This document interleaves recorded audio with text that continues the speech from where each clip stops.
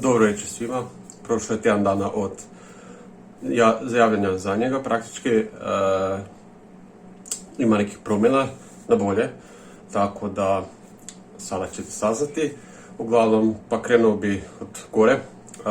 Ono što je loše je to da sinusi me bole, poprilično glava me boli onak, ne znam, par dana u tjednu, ali za redom, tipa 3 dana u komadu.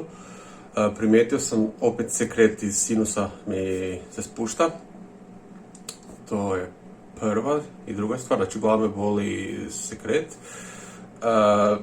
Primijetio sam također da imam nešto za izbaciti, za iskašljati, ali ne tjera me kašlja, nego tipa dok samo inicijativno nakašljem mogu vidjeti malo sekreta. Nije to više prozirno, nego baš se vidi da je sekret iz pluća. To je druga stvar. Treća stvar je, probava mi je dobra. Rekao bi da se to napokon stabiliziralo i funkcionira sad kako bi trebalo. Jetreni nalazi Alt i Ast 80-40, to je poraslo.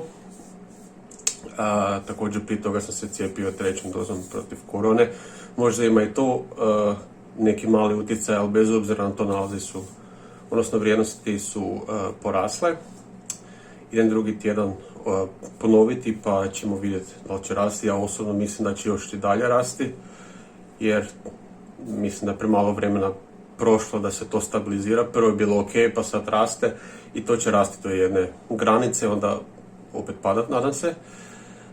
Spirometrija je 85, što je u biti najbolje u zadnjih par mjeseci. Ako mogu reći, u biti od zadnje sam radio spirometriju s tim rezultatom, mislim da u 7. mjesecu ove godine, znači srpanj 2021. Tako da to je jako dobro. Evo da vidite moju majicu. Tako da evo, stvari idu na bolje. Na kilaži nisam niti gubio niti dobivao. To je dobro. Dobro je da nisam gubio, za mene još bolje da nisam dobivao. Tako da, to bi više manje bilo to ukratko.